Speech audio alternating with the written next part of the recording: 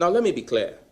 My mandate as minister in a free market economy does not extend to interfering in the pricing by private sector investors.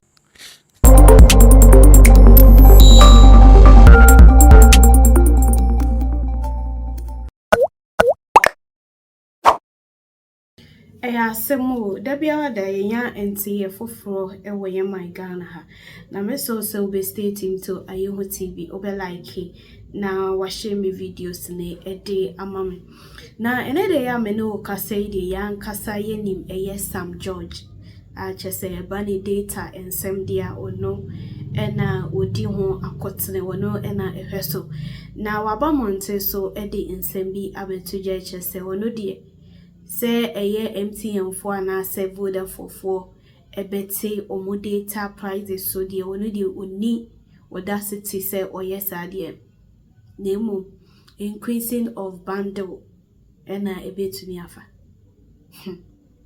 hey emra esla owuso etiso na data eye less expensive no na MPP NDC for kasa twi si Ghana ebusia mema mekasa enye tenten yenko na wankasa di waso na kotie na uwia de wo kana jame ewo ye comment section ne ase efamaye. Prices will drop when we see the movement at the finance ministry on the tax handles and when we see movement at the energy ministry on the telecom tariff.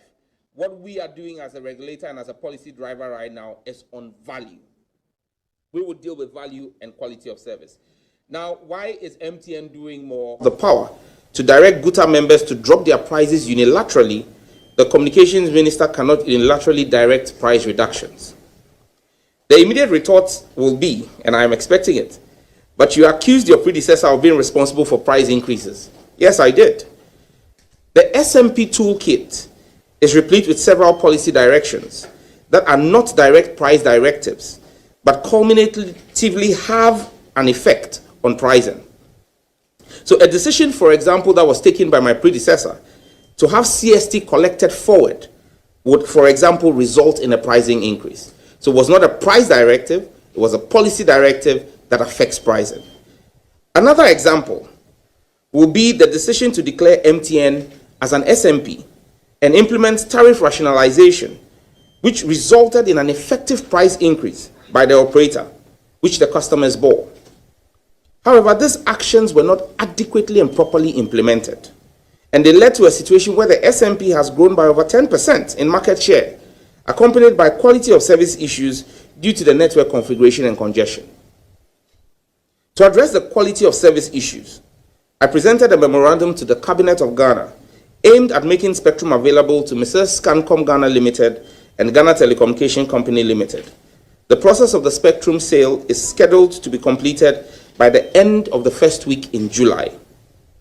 In the case of Ghana Telecommunications Company Limited, known as Telecel, I have given additional policy approval for the regulator to grant a connecting entity license, enabling the operator to optimize service using the 2100 MHz spectrum at the disposal of NGIC. This should result in a significant improvement in the quality of service and customer experience in the coming weeks. I want to reiterate my commitment to an engagement-led style of leadership that involves all my stakeholders, listens to their challenges, and works to address them in a manner that benefits the entire ecosystem. We need intense competition in the sector, but it must be healthy and sustainable. I am committed to value-added data bundle offerings, and most importantly, these policy actions will culminate in price reductions in the medium to long term. However, the recovery from 8 years of mismanagement cannot be completed in 4 months. To this end, I have mandated that all operators make critical investments in their networks to improve quality over the next quarter, that is from July to September. The regulator will commence a rigorous quality of service assessment in the final quarter of the year, October to December. Reverend Franco, rigorous quality of service assessment. Defaulting operators will be sanctioned. I will also, at this point, commend the CEOs of the 3 telcos for their pledged commitment to collectively invest approximately $150 million in their networks between now and the end of the year to enhance quality of service, either by acquisition of spectrum or introduction or acquisition of new transmitters and equipment. At this juncture, I am pleased to announce that my engagement with the CEOs have resulted in the following specific measures, which are to take effect from Tuesday, 1st of July, 2025. Airtel Tigo Ghana, AT Ghana. A 10% increase in all data bundles currently offered by the network. Additionally, the 400 Ghana cedi bundle, which currently offers 195 gigabytes of data, will now offer 236 gigabytes of data. Ghana Telecommunications Company Limited, Telecel. Also, a 10% increase in all data bundles currently offered by the network. Their 400 Ghana cedi bundle, which currently offers 90 gigabytes, will offer 250 gigabytes from 1st of July. Scancom Ghana Limited, MTN. A 15% increase in all data bundles currently offered by the network. And I'm pleased to announce the restoration of the 399 Ghana cedi bundle, which currently has been changed to the 350 cedi bundle that offers 92.88 gig, will henceforth be reinstated to 214 gig for 399 Ghana cedis.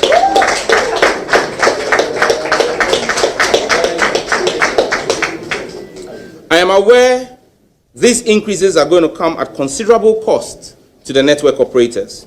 However, I am glad that our engagements and the consultations are bearing fruit for the Ghanaian people.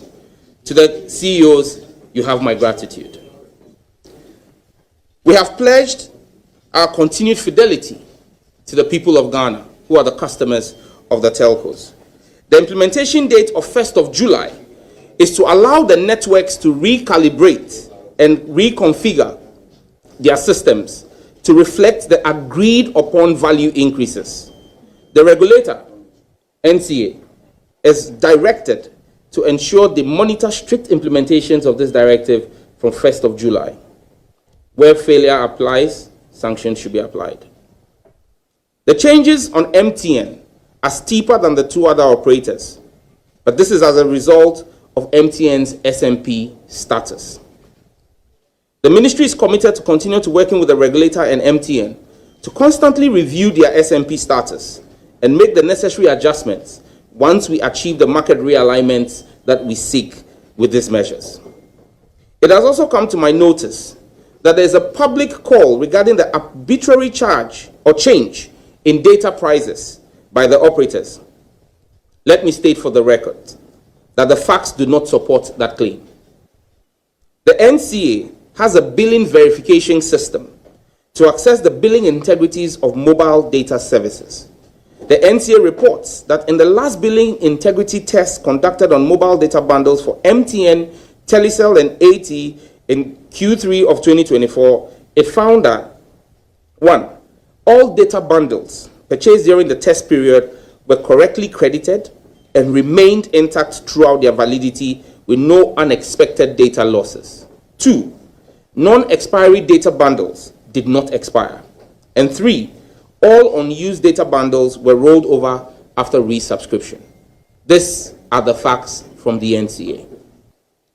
The NCA is hereby directed to conduct a billing integrity test for data services and to provide quarterly reports to the ministry starting from Q3.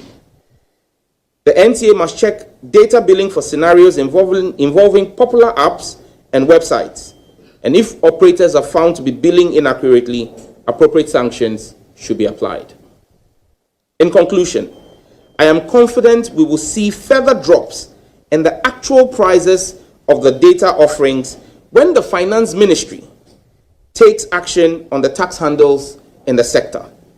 I am continuing my engagements with the Honorable Finance Minister to get his approval for the rationalization of some components in the tax buildup in the sector. If we are able to have a proper rationalization of the taxes, we should see a drop in the almost 39% tax buildup in the price of data in the country. If that drops, we would